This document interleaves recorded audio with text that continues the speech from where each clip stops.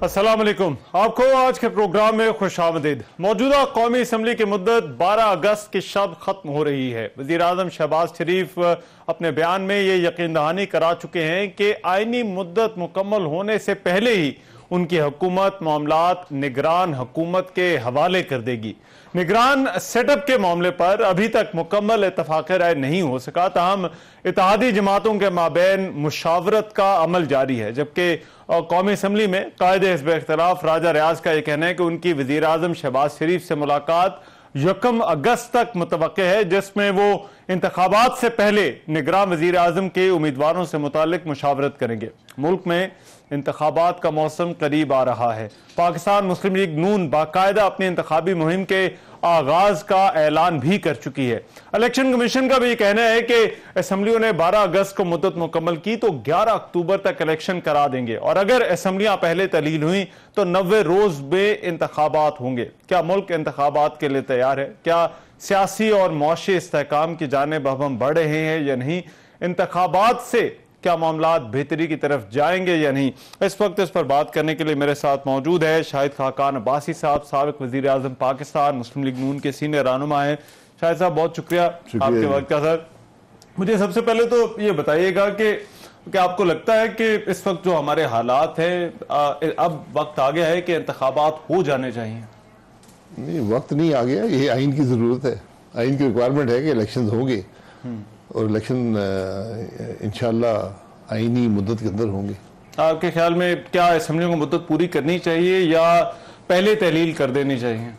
ये मेरा ज़ाती ख्याल है कि एक आध दिन पहले तहलील कर दें ताकि फ्लेक्सिबिलिटी मिल जाए इलेक्शन कमीशन को। 90 दिन की, 90 दिन की मतलब नहीं आपने 90 दिन ही करने हैं, 90 दिन पूरे करने हैं, वो नहीं। ये नहीं होता, यानी उसके अंदर आपको 30 दिन फालतू मिल जाते हैं। ठीक, वो जो आजकल हल्का बंदी के भी इश्यूज हैं, दीगर इश्यूज हैं, तो वो रिजॉल्व कर लेंगे, उनको टाइम मिल जाएगा। अच्छा जैसे नून लीग का इंतखाबी मुस्तकबिल क्या देखते हैं इंतखाबात के हवाले से? आपको लगता है कि पार्टी इस पोजीशन में है कि आम वोटर्स जो हैं वो पार्टी की तरफ माइल होंगे और पार्टी अच्छा परफॉर्म कर सकती है इंतखाबात में? ये देखिए, आप तो उम्मीद से, हर पार्टी उम्मीद ही रखती है। मुस्लिम लीग नून ने एक मुश्किल फैसला किया अदम एतमाद के वोट के बाद हुकूमत बनाने का, एक कोलिशन गवर्नमेंट, और उसमें लीड लेने का, और उसके बाद बड़े मुश्किल फैसले करने पड़े हैं। महंगाई का असर भी है, यकीनन इसका असर बैलेट बॉक्स पर पड़ेगा। अच्छा, तो आपको लगता है पार्टी की परफॉर्मेंस से मुतालिक आपका अपना तजिया क्या कहता है? देखिए, वो तो अवाम पे डिपेंड करता है कि वो कैसे, महंगाई भी है, नून लीग के लोग खुद कहते हैं कि मुश्किल हालात में जो है वो हुकूमत ली। जी, बहरहाल इस वक्त तो यही है कि मेरा नहीं ख्याल कोई जमात भी अक्सरियत ले सकती है। अच्छा, या अक्सरियत के करीब भी आ सकती है, तो कोलिशन गवर्नमेंट ही बनेगी, और एक लूजर कोलिशन होगा मेरे ख्याल में। आपका एक बयान था कि आप खुद इंतखाबात में हिस्सा लेने की तरफ माइल नहीं है, उसकी क्या वजह क्या है? नहीं, मैंने कहा था जब इंतखाबात बेमकसद हो तो उसका कोई मकसद नहीं है इलेक्शन में हिस्सा लेने का। और बेमकसद से मेरी मुराद ये है कि इस वक्त एक अजीब कैफियत है पाकिस्तान की सियासत में कि हर जमात, हर पॉलिटिकल लीडर जो है वो पिछले 2 साल का अरसा अगर आप सिर्फ ले लें, उसके अंदर इक़्तिदार में रहा है, उसने हुकूमत की है, क्या वो डिलीवर कर सकें? इसका मतलब ये है कि निज़ाम डिलीवर करने की कैपेसिटी नहीं रखता, लीडरशिप में वो कैपेसिटी नहीं है। तो जब तक आप बैठकर आगे के रास्ते का तयन नहीं करेंगे तो फिर आप इसी तरह, यानी हुकूमतें जो है वो अवाम के मसाइल या मुल्क के मसाइल हल नहीं कर पाएंगी। तो आज सबसे बड़ी ज़रूरत ये है, आम तौर पर मामूली हालात में, मामूल के हालात में इलेक्शन ही हर चीज़ का हल होता है। मईशत के मसाइल हों, सियासी मसाइल हों, आज इलेक्शन ना, आपको अगर आपने ये पहले ना किया कि सियासी लीडरशिप बैठकर अगला आगे की राह का तयन कर ले कि हमने मईशत कैसे चलानी है, क्या रिफॉर्म्स करने हैं, क्योंकि आपको बहुत वसी रिफॉर्म्स और मुश्किल फैसलों की ज़रूरत है, तो फिर आप कोई हुकूमत भी डिलीवर नहीं कर पाएगी अगर आप ये पहले नहीं करेंगे तो। अच्छा, अब अगर सियासी लीडरशिप से मुराद आप कह रहे हैं सारी सियासी पार्टियों को इकट्ठे बैठना चाहिए? नहीं, जो भी स्टेक होल्डर्स हैं पाकिस्तान की सियासत में, पॉलिटिकल लीडरशिप है, judicial leadership, military leadership, Tehreek Insaf के साथ भी बात होनी चाहिए, हर सियासी जमात की बातचीत के लिए एक माहौल की जरूरत होती है। तहरीक इंसाफ कहती है हम पर केसेस बन रहे हैं, पार्टी को जो है वो तोड़ा जा रहा है, तो ऐसी सूरत हाल में कोई पार्टी क्यों बात करने के लिए तैयार हो? देखिए, ये नेगोशिएशन नहीं है, ये बात करने की बात नहीं है। ये तो आपने आगे के रास्ते का तयन करना है। हम नेगोशिएट नहीं कर रहे कि मुझे कितनी सीटें मिलेंगी या इलेक्शन मैंने कब कराने हैं या मुझे आप क्या देंगे या क्या लेंगे। आज तो ये जिम्मेदारी है पॉलिटिकल लीडरशिप की कि वो बैठकर मुल्क के मसाइल के हल की बात करे, जो वो नहीं कर सकी आज तक। अच्छा, लेकिन इसका प्लेटफॉर्म क्या हो सकता है? किस जगह पर ये बात हो सकती है? आप कह रहे हैं सारे स्टेक होल्डर्स को बैठना चाहिए। स्टेक होल्डर्स में तो 6-8 लोग हैं, आपके इदारे भी शामिल हैं, आपके जो है वो सियासी जमातें भी शामिल हैं। स्टेक होल्डर्स की तो फिर फहरिस्त बड़ी लंबी है। कोई लंबी नहीं है। अच्छा, 6-8 लोग हैं। अच्छा, 6-8 लोग हैं। बड़ी जमातें आप ले लें या तमाम जमातें भी ले लें तो 20-22 लोग हो जाएंगे। ये आपको इस तरह का एक गैर मामूली कदम उठाना पड़ेगा, वरना इलेक्शन आपको कोई हल नहीं देंगे। मजीद मसाइल बढ़ जाएंगे, हालात खराब होंगे। ठीक। अच्छा शाहिद साहब, तहरीक इंसाफ के साथ इस वक्त जो मामला हैं, क्या ये बहुत गैर मामूली हालात हैं जो जिनका इस वक्त पार्टी को सामना है? देखिए, मैं उनके साथ क्या हालात हैं, किसी के साथ क्या हालात हैं। एक जमात इक़्तिदार में थी, अदम एतमाद हुआ, इक़्तिदार से अलहदा हो गए, उसके बाद उन्होंने अपोजिशन में बैठना पसंद नहीं किया। ये चॉइस आपके पास नहीं होती। ये आप जब वोट लेकर आते हैं तो जिम्मेदारी आपकी होती है कि जो भी पार्लियामान के अंदर निज़ाम हो उसका हिस्सा लें। जब ये 2018 की हुकूमत आई थी, एक बहुत बड़ा प्रेशर था कि मत ऐवान में जाएं, लेकिन उस वक्त ये फैसला हुआ कि नहीं, हमने बावजूद इसके कि जिस तरह भी इलेक्शन चोरी हुए हम इसका हिस्सा बनेंगे ताकि निज़ाम चलता रहे। तो PTI ने उस तरह नहीं किया, वरना एक बड़ी अक्सरियत के साथ, एक बड़े दबाव के साथ वो ऐवान में मौजूद होते। अच्छा, उसके बाद ये हालात जो हुए हैं, जिस तरह उन्होंने अपनी सियासत चलाई है, एक धमकी आमेज किस्म की सियासत, एक तोड़ फोड़ की सियासत, फिर मई 9 के वाक़यात हुए, ये सब एक सिलसिला है जो आखिर 9 मई को एक बड़े अफसोसनाक वाक़े पर मुकम्मल हुआ। तो अब ये अगर हुकूमत प्रोसिक्यूट नहीं करेगी तो वो अपनी जिम्मेदारी पूरी नहीं करेगी। अच्छा। मैं किसी प्रोसिक्यूशन के हक में नहीं हूँ, किसी को उठाने ले जाने के हक में नहीं हूँ, लेकिन आखिर किसी ने तो जवाब देना है कि ये एक ऐसा वाक़या जिसने पाकिस्तान को बेपनाह एम्बैरस किया दुनिया की नज़र में, कि आपकी फ़ौज के हेडक्वार्टर पर हमला होता है, उस तनसीबात पर हमला होता है, ये मामूली बात नहीं है। तो उसके बाद आपने अगर कुछ अपने दौरे हुकूमत में किया है तो आपको फेस करना पड़ेगा। सब फेस करते हैं, हम फेस कर, मैं आज तक फेस 2 केस मुझ पर चल रहे हैं। मैं तो कहता हूँ केस चलाएं, 4 साल से चल रहे हैं, चलते नहीं है। अच्छा, तो अब तो खैर वज़ीर आज़म क्योंकि रहे हैं, खान साहब का एक और बड़ा मामला इस वक्त जो है वो साइफर की गुमशुदगी का है। क्या वज़ीर आज़म से कोई इस तरह से डॉक्यूमेंट या साइफर गुम हो सकता है? मुमकिन नहीं है, क्योंकि आप वो कागज़ लेकर कहीं जाते नहीं हैं। अच्छा, वो आप पढ़कर वापस, उसका एक निज़ाम बना हुआ है, वो कागज़ वापस कर दिया जाता है, वो फाइल से निकाला नहीं जाता, उसको जेब में नहीं रखा जाता, दूसरों को दिखाया नहीं जाता। उसमें ऑफिशियल सीक्रेट्स एक्ट का बड़ा अमल दखल है। अच्छा, तो आप समझते हैं कि बतौर वज़ीर आज़म अगर वो कागज़ गुम हो जाता है तो इस पर ऑफिशियल सीक्रेट एक्ट का इतलाक होता है? नहीं, गुम हो गया आपने पहले, तो फिर आपको रिपोर्ट करनी पड़ेगी कि मुझसे कागज़ गुम हो गया, फिर आपको बताना पड़ेगा कि कागज़ क्यों मेरी तहवील में था। अच्छा, ये सब बातें आपको रिकॉर्ड पे लानी पड़ती हैं। कोई भी हुकूमत का डॉक्यूमेंट, आपको पासपोर्ट भी आपसे गुम जाए ना, तो आपकी जिम्मेदारी है कि आप थाने में पर्चा दर्ज कराएं कि ये मेरा पासपोर्ट है, गुम हो गया। ठीक। तो यहाँ पर एक ऐसा, साइफर में इसकी काफ़ी कॉम्प्लिकेशंस हैं। साइफर एक मीन्स ऑफ कम्युनिकेशन है।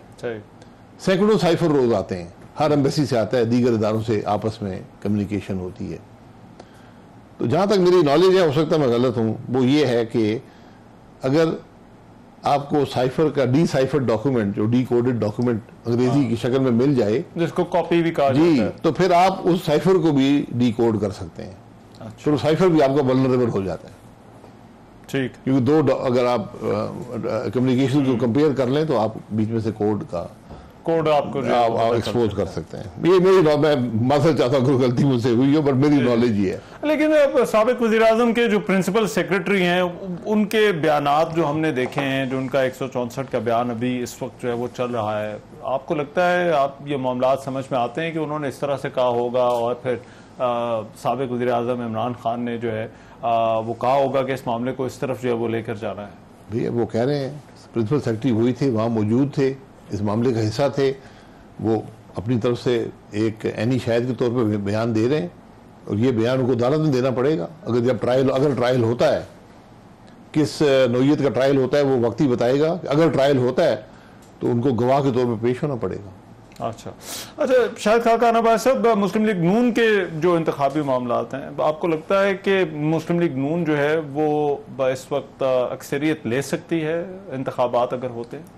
नहीं, मैंने वो कहा कि कोई जमात मुझे अक्सरियत लेती नजर नहीं आती। अच्छा, लेकिन मुस्लिम लीग नून एक बड़ी जमात है और मेरा ख्याल है कि शायद बाकी जमातों के मुकाबले में ही सीटें हासिल करेगी, उनसे ज़्यादा हासिल करेगी। अच्छा, मगर ये तासुर ये जा रहा है कि शायद नून लीग के लिए माहौल ऐसा बनाया जा रहा है, पीटीआई को दबाया जा रहा है और एक लेवल प्लेइंग फील्ड इंतखाबात के लिए पार्टियों को और खासतौर पर तहरीक इंसाफ को इस वक्त जो है वो नहीं दी जा रही। अभी तो इलेक्शन का माहौल शुरू नहीं हुआ, तो आप किसको लेवल प्लेइंग फील्ड कहते हैं? अच्छा। ये वक्त बताएगा। हमें बड़ी लेवल प्लेइंग फील्ड्स, हम बातें करते रहते हैं। अच्छा। लेकिन लेवल प्लेइंग फील्ड क्या होती है जी, ये तो वक्त ही बताएगा। अच्छा। क्योंकि एक जमात है जो हुकूमत में है और बड़े मुश्किल फैसले कर रही है, तो उसको तो वैसे भी लेवल प्लेइंग फील्ड उसको नहीं मिल रही। अच्छा, एक जमात जो है घर बैठी है तो उसको एक बेहतर माहौल नून लीग तो बाकायदा अपनी इंतखाबी मुहिम का आगाज कर चुकी है, तो मियां साहब को आ जाना चाहिए वापस। इंतखाबी मुहिम का आगाज इस तरह नहीं होता। इंतखाब के जब इलेक्शन शेड्यूल का अनाउंसमेंट होती है फिर इंतखाबात का ऐलान होता है। इंतखाबात का जो मामलात हैं, जो आप पार्लियामेंट्री बोर्ड बनाते हैं, सिलेक्शन करते हैं कैंडिडेट्स की, वो तो पहले से शुरू थी जब सूबाई इलेक्शन होने थे। अच्छा, तो अब उसमें वफाक का मामला भी शामिल हो जाएगा और ये मामला आगे चलेगा। अच्छा, आपके ख्याल में जो इस वक्त मईशत के हालात हैं, ये संभलती हुई आपको नजर आ रही है? क्योंकि दावे तो हैं इस वक्त डार साहब के भी कि अब जो कुछ होना था वो हो गया है। आपका ये कहना है कि जब तक आगे बैठकर तय नहीं करेंगे कि आगे का रास्ता क्या है, तो फिर ये मामला जो है वो बेहतरी की तरफ नहीं जाएंगे? देखिए, आज आप सिर्फ फायर फाइटिंग कर रहे हैं, इस्तेहकाम देने की कोशिश कर रहे हैं। ठीक, अब आपने रिफॉर्म्स करने हैं। आपने इस मुकम्मल तौर पे जिस तरह मुल्क को चलाते हैं इस निज़ाम को बदलना पड़ेगा। ये निज़ाम आपको हल नहीं दे पाएगा। तो आज सबसे बड़ी ज़रूरत ये है कि आप जो आपकी हुकूमत का निज़ाम है, जो आपकी गवर्नेंस है, जो आपके ताल्लुकात हैं सूबों से, दूसरे इदारों से, ये आपको बदलने पड़ेंगे। आपको टैक्स के निज़ाम को बदलना पड़ेगा। पाकिस्तान को बड़े मैसिव रिफॉर्म की ज़रूरत है, वरना हम एक बड़े ही विशेष किस्म के साइकिल में आ गए कि हम आज हर खर्चे के लिए आप मजीद कर्जा ले रहे हैं। तो जब मजीद कर्जा लेते हैं मजीद सूद बढ़ जाता है। जब आप ये कहते हैं निजाम बदलने की जरूरत है, तो क्या आप सब कहते हैं कि सियासी निजाम या सियासी ढांचा बदल दिया जाए, या फिर ये आपका मतलब ये है कि एक अहदाफ तय करने की जरूरत है, बेसिक प्रिंसिपल इस वक्त तय करने की जरूरत है कि आगे जाना कैसे है? नहीं, उससे आगे आपको जाना पड़ेगा। आपको ये नहीं आपने हुकूमत का निजाम बदलना है। जो आज सिस्टम है ये नहीं डिलीवर कर पा रहा, तो आपको मुकम्मल तौर पर वफाकी हुकूमत खास तौर पे आपको स्पेशलिस्ट लाने पड़ेंगे जो हर काम के, फिर आपको उन मामलात से निकलना पड़ेगा जो सूबों की डोमेन है। ये 48 डिवीजन की कोई गुंजाइश नहीं है, पता नहीं 48 हैं 44 हैं, मुझे याद नहीं है। ये इतने डिवीजन वफाक में होने नहीं चाहिए। अच्छा, फिर आपने टैक्स के निज़ाम को बदलना है, तो आपको यकसर जिस तरह आज हम हुकूमत कर रहे हैं उससे आपको निकलना पड़ेगा। ये मामलात डिलीवर नहीं कर पा रहे मुल्क के लिए। आप मुल्क के जो रिजल्ट है ना, जो बॉटम लाइन जिसे कहते हैं, उसको देख लें कि आज आपकी मईशती कैफियत ये है कि जो मुकम्मल आमदन है वफाक की, वो सूद भी अदा नहीं कर सकती। तो आपको हर बाकी अपने मामलात के लिए अजाफी कर्जा लेना पड़ता है। और इसका क्या हल क्या है? क्या ये तो फिर कोई नेशनल गवर्नमेंट आनी चाहिए इसके लिए? नहीं, नेशनल गवर्नमेंट की बात ही कर रहा हूँ कि जब आप सब बैठेंगे तो नेशनल गवर्नमेंट ही बन जाएगी ना एक किस्म की। नेशनल गवर्नमेंट कोई आईनी आपके इदारा इसका तो ढांचा क्या है? अगर इस तरह की हुकूमत आती है तो उसके पास उसको कितना वक्त चाहिए होगा इन मामलात को सुधारने के लिए? नहीं, इस तरह की हुकूमत नहीं आएगी, हुकूमत इलेक्शन से आएगी। आज बैठकर सब इस बात का तयन कर लेंगे कि हमने रास्ता क्या करना है और उसको सपोर्ट करेंगे उस हद तक। बाकी आप अपोजिशन का काम भी करेंगे, सब कुछ करेंगे। और ये जो हमने सियासत को आज नफरत में बदल दिया है, सियासत आज पार्लियामान में दुश्मनी का नाम है, ये चीज़ें ख़त्म करनी पड़ेंगी। यहाँ पर जो हम सबसे बड़ी बात ये जो आप एहतसाब के इदारे हमने बनाए हुए हैं, ये ख़त्म करने पड़ेंगे आपको। अच्छा, आज मुल्क नहीं चल रहा। लेकिन ये तो इदारे जो है वो जब आप अपोजिशन में होते हैं तो आपके खिलाफ इस्तेमाल होते हैं, लेकिन अभी आपकी पार्टी हुकूमत में है तो अभी अपोजिशन के खिलाफ इस्तेमाल हो रहे हैं। नहीं तो मैं इसलिए कह रहा हूँ ख़त्म कर दें इनको। मैं आज हुकूमत में के हुकूमती जमात में होते हुए कह रहा हूँ कि इस मामले को ख़त्म करें। ये आज पाकिस्तान के हालात की तबाही, मईशत की तबाही, गवर्नेंस के निज़ाम की तबाही में अगर एक बड़ा, अगर आप मुझसे पूछेंगे क्या एलिमेंट है, क्या वजह है, वो नैब का इदारा है। अच्छा। इस इदारे ने मुकम्मल तौर पे मफलूज कर दिया हुकूमती निज़ाम को। मगर नैब शायद साहब अकेला इदारा तो नहीं है, इदारे तो और भी इस्तेमाल होते हैं। FIA का इदारा है। मैं देखिए जो हुकूमत के निज़ाम पे इदारे जो है वो अगर खत्म होना शुरू हो जाए तो फिर तो कोई चेक एंड बैलेंस ही नहीं रहेगा। ये चेक एंड बैलेंस है। 25 साल हो गए। तो आप मुझे सर बताइए। मैं बता रहा हूँ ना, मैं आपको तजुर्बे से बता रहा हूँ कि आपके पास आज दो चॉइसेस हैं, या नैब रख लें या हुकूमत चला लें। मैं पहले दिन से ये कह रहा हूँ, वज़ीर आज़म साहब भी कहा है, पब्लिकली भी कहा है, इस इदारे को ख़त्म नहीं करेंगे मुल्क नहीं चलेगा। माज़रत से मैं कहता हूँ, और उसकी दलील 25 साल की परफॉर्मेंस है नैब की। नैब ने एक बात साबित किया, कर दी है। मैं बार बार कहता हूँ, नैब की 25 साल की कारकर्दगी ने एक बात साबित की है कि इस मुल्क का हर सियासतदान ईमानदार है। कोई करप्शन सियासत में नहीं है। अच्छा। किसी को पकड़ा ही नहीं है। जो इदारा सिर्फ इसलिए बना था कि सियासत में करप्शन को पकड़ेगा, सियासतदानों को पकड़ेगा, नैब का इतलाक किसी पे नहीं होता सवाए सियासतदान के। और कोई इसको खत्म क्यों नहीं कर सका? सारे वज़ीर आज़म इस पे बात कर रहे हैं, आप खुद वज़ीर मेरा आज़म मेरा हैं। भी उस वक्त तो नैब जो था उस वक्त कंसेंसस नहीं था ना। हाँ, उस वक्त गुजरा नैब के हालात से, हम गुजरे हुए थे, बाकी तो नहीं गुजरे थे। तो ठीक। उन्होंने कहा जी चलने दे जी, इससे बड़ा एहतसाब होता है। सब डरते हैं। वो कहें जी इमरान खान साहब टीवी पे कहेंगे जी बड़ा जुल्म हो गया है, आपने नैब का इदारा खत्म कर दिया, अपनी जान बचा रहे हैं। ये सब इस बात से डरते हैं। तो हमें ये ऑप्टिक्स की खेल से निकलना पड़ेगा, हमें मुल्क के हकाइक देखना पड़ेंगे। आज तो सामने आ गया ना कि आज 25 साल होने लगे नैब को। क्या किया नैब ने कितने सियासतदानों को पकड़ा है? अगर आप नहीं पकड़ सके 25 साल में, फिर इस बात की दलील है कि सारे सियासतदान ईमानदार और पारसाल हो गए। अभी तो इमरान खान साहब पे भी केस चल रहा है 190 मिलियन पाउंड वाला, वो भी नैबी के थ्रू चल रहा है। पता नहीं, अभी चला तो नहीं है, कोई ऐसी तफ्तीश वगैरह मैंने देखी नहीं है। अच्छा, ठीक है। शाहिद खान अब्बासी साहब, बहुत शुक्रिया आपके वक्त का। शाहिद खान अब्बासी साबिक वज़ीर आज़म पाकिस्तान बात कर रहे थे। आगे का रास्ता और क्या मुल्क इंतखाबात के लिए तैयार है या नहीं। एक ब्रेक लेते, ब्रेक के बाद आते हैं तो कुछ मजीद खबरों पर बात होगी। Welcome back. चेयरमैन PTI की कानूनी मुश्किलात बढ़ती जा रही हैं। आज साबिक वजीर आजम के प्रिंसिपल सेक्रेटरी आजम खान नैब के तलब करने पर नैब दफ्तर में पेश हो गए। नैब हुकाम ने आजम खान से अलकादर ट्रस्ट के हवाले से पूछगछ की। 190 मिलियन पाउंड स्कैंडल केस में आजम खान ने इतलात किए हैं कि नैब में अपना बयान भी रिकॉर्ड करवा दिया है।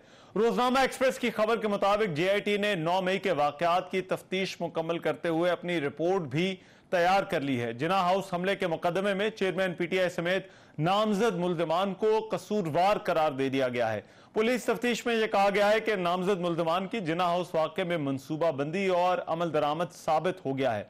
रिपोर्ट के मुताबिक चेयरमैन PTI का JIT को दिया गया बयान जो है वो भी शवाहिद से मुतजाद साबित हुआ है। उधर लाहौर हाई कोर्ट ने चेयरमैन PTI को मुकदमात में गिरफ्तार करने से जो रोकने का हुक्म था वो भी वापस ले लिया है और दरखास्त की मजीद समाअत गैर मुय्यना मुद्दत के लिए मुलतवी कर दी है।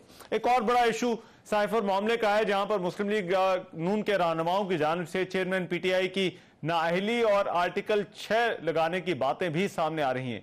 वज़ीर दिफा ख्वाजा आसिफ का यह कहना है कि साइफर मामले पर बात चेयरमैन PTI की नाअहली तक जा सकती है। चेयरमैन पीटीआई पर 100% आर्टिकल 6 लग सकता है।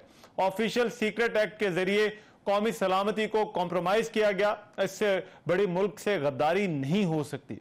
तोशाखाना केस भी इस वक्त अदालतों में जेर समात है। ये जो कानूनी मुश्किलात हैं, ऐसी सूरत हाल में क्या चेयरमैन पीटीआई इंतखाबी मुहिम चला सकेंगे, गिरफ्तारी के जो खदशात हैं वो क्यों हैं, इस हवाले से प्रोग्राम में जो है वो बात होगी।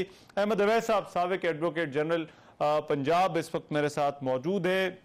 चेयरमैन पीटीआई को मुख्तलिफ केसेस में रिप्रेजेंट भी कर चुके हैं। अहमद अवैस साहब, बहुत शुक्रिया आपके वक्त का। अहमद अवैस साहब, सबसे पहले तो ये फरमाइएगा कि ये जो आजम खान के बयानात हैं, अब ये आज उन्होंने अलकादर ट्रस्ट में भी जो है वो अपना बयान रिकॉर्ड करा दिया है कि एक इससे पहले उनका बयान एक सोशल मीडिया पर गर्दिश कर रहा है। कितना गैर मामूली हो सकता है जो चेयरमैन पीटीआई इमरान खान के अगर कानूनी मामलात को देखा जाए, और कितनी बड़ी मुश्किल हो सकती है उनके लिए? बिस्मिल्लाहिर्रहमानिर्रहीम। देखिए, बात यह है कि ये जिस तरीके से एक मिस्टीरियस तरीके से 1 महीना के लगभग वो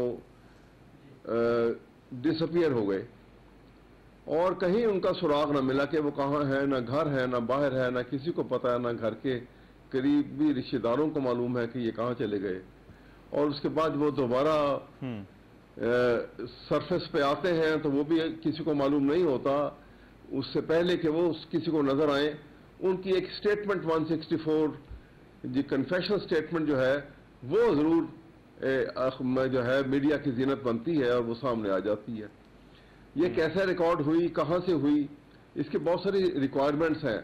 आप सीआरपीसी जो है कोड, ये जो सिविल क्रिमिनल प्रोसीजर कोड, उसमें जो सेक्शन 164 है उसमें कन्फेशन स्टेटमेंट का एक तरीकेकार दिया हुआ है और उसमें ये उसकी इंडिपेंडेंट होना और किसी को अपने खिलाफ स्टेटमेंट जिसमें अपने आप को मुलव्वस कर ले कोई शख्स और स्टेटमेंट दे जो उसके खिलाफ भी जा सकती हो, तो ये पाकिस्तान का आइन भी इसकी नफी करता है और प्रोटेक्शन देता है हर शख्स को कि उसको उसके खिलाफ किसी स्टेटमेंट दिलवाने के लिए मजबूर नहीं किया जा सकता।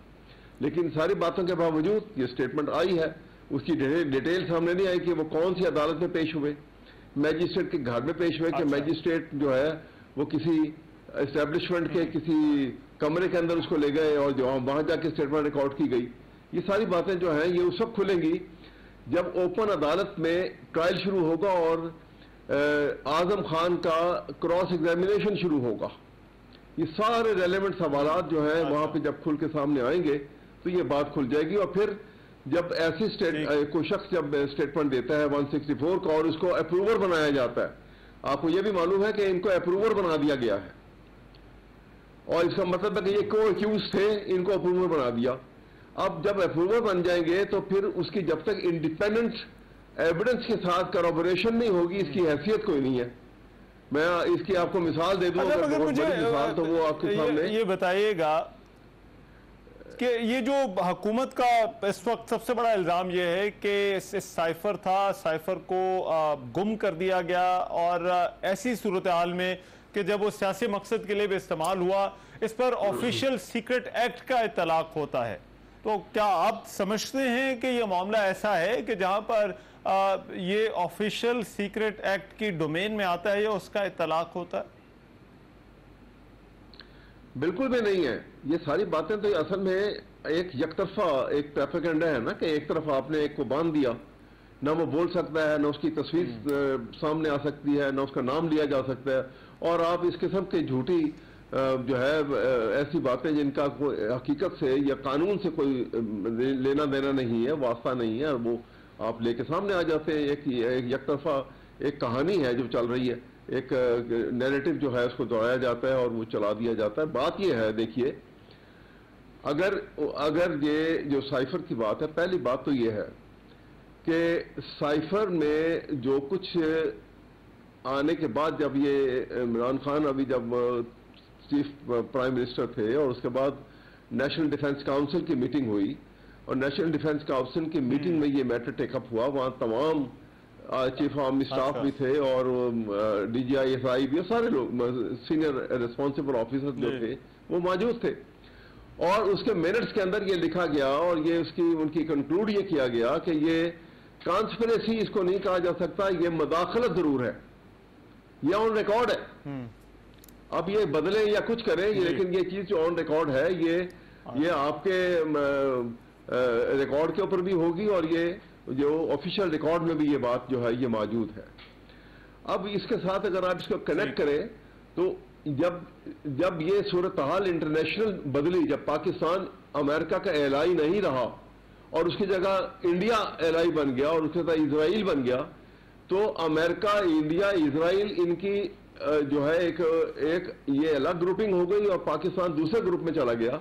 तो वहां पे Pakistan with strong arm forces and with military nuclear power is not acceptable to India, is not acceptable to America to that extent, क्योंकि ये एक नई जो हल्का बंदी बन रही थी, उसके पेश नजर ये जरूर उनकी मदाखलत थी कि पाकिस्तान को इसको कमजोर करना, इसकी इकोनॉमी को तबाह करना, सिलसिले किए जाएंगे। ये बातें खुलकर सामने आएगी, अभी मैं कर दूं तो और बात है।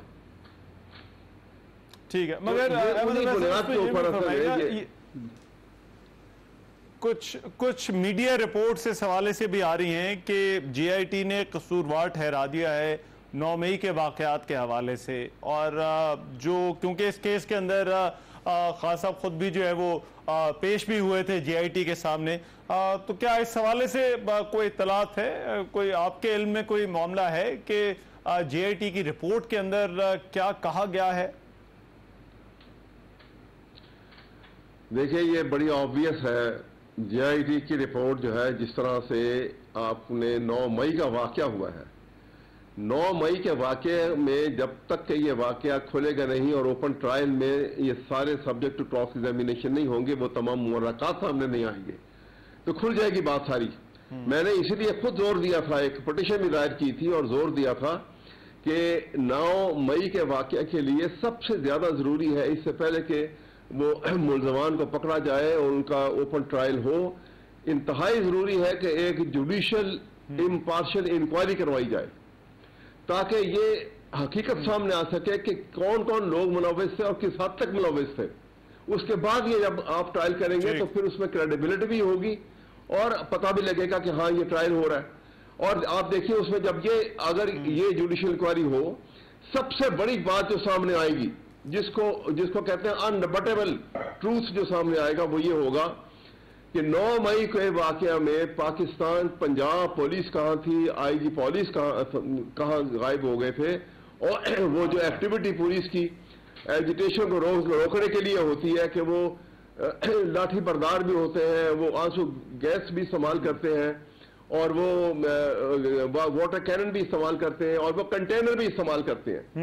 आपको 9 मई को कोई एक पूरे पंजाब में कोई एक कंटेनर नजर नहीं आया, आपको कोई लाठी बरदार पुलिस नजर नहीं आई, आपको कहीं पे आंसू गैस शेल चलाते हुए कोई नजर नहीं आया, तो रोकने वाला कोई नहीं था, रास्ता दिखाने वाले, ऐसा लग रहा था रास्ता दिखाने वाले सब थे। तो ये मामलात जो है ना, ये एक ऑर्केस्ट्रेटेड प्लान था। ये प्लान उस वक्त खुलेगा जब ये बात सामने आएगी, तो उस वक्त खुल के आएगा कि ये अच्छा जी। वैसे इसमें ये भी फरमाइएगा, एक बड़ी मुश्किल जो है वो आज एक और खबर आई कि लाहौर हाई कोर्ट ने जो गिरफ्तार ना करने का जो अपना हुक्मनामा था वो भी वापस ले लिया है। तो आपको लगता है कि इस बात का इम्कान है कि चेयरमैन पीटीआई को गिरफ्तार किया जा सकता है? मेरे ख्याल में जब से ये मामलात शुरू हुए और गिरफ्तारी के बाद वो रिहा हुए, तो वो तो मेंटली बिल्कुल तैयार है, सुबह शाम के वो किस वक्त उनको गिरफ्तार किया जाएगा, क्योंकि ये सारी प्लानिंग ही इसीलिए हो रही है कि उनको सीन से हटाया जाए। लेकिन जब तक चेयरमैन पीटीआई में सांस बाकी है, वो ना पाकिस्तान से बाहर जाएंगे, ना वो ही will not succumb to any pressure, और वो जहां खड़े हैं क्योंकि वो समझते हैं कि वो हक पर हैं और उसमें वो नहीं जाएंगे। एक बात मैं आपको साइफर के हवाले से और कहना चाहता हूँ, यहाँ पे ये जोर दिया गया था, आपने भी बात की कि जी वो असली कहाँ गई, असली साइफर जो है वो गायब कर दिया गया और वो वापस नहीं किया गया। इमरान खान को जब ये चेयरमैन पीटीआई को जब इनको गिरफ्तार किया गया था, जब ये वहां से उससे पहले एक दफा जब गए थे वहां पर इस्लामाबाद में, और उनके पीछे पुलिस ने इनके घर में रेड किया था, या आपको भी ये वाकया याद होगा। पुलिस की बहुत बड़ी कंटिजेंट हुई, इनके घर में घुस के पूरे घर के तमाम कमरों में घुसी थी और घर को उन्होंने हर चीज की तलाशी ली थी। एंड मुमकिन है ये बात खुल के सामने आएगी कि वहां पे ये साइफर वहां से ये उठा के ले गए हो, अगर घर में था भी तो ये तो वाकई खुलेगी कि क्या क्या चीजें उठा के ले गए घर से। इसलिए ये सारी चीजें ट्रायल की बातें हैं, ये मैं यहां करने के फायदा कोई नहीं। जी हाँ, जी हाँ, ठीक है, बहुत शुक्रिया। अहमद अवैस साहब हमारे साथ मौजूद थे। अभी एक ब्रेक लेते हैं, ब्रेक के बाद वापस आते हैं तो कुछ और खबरों पे बात होगी।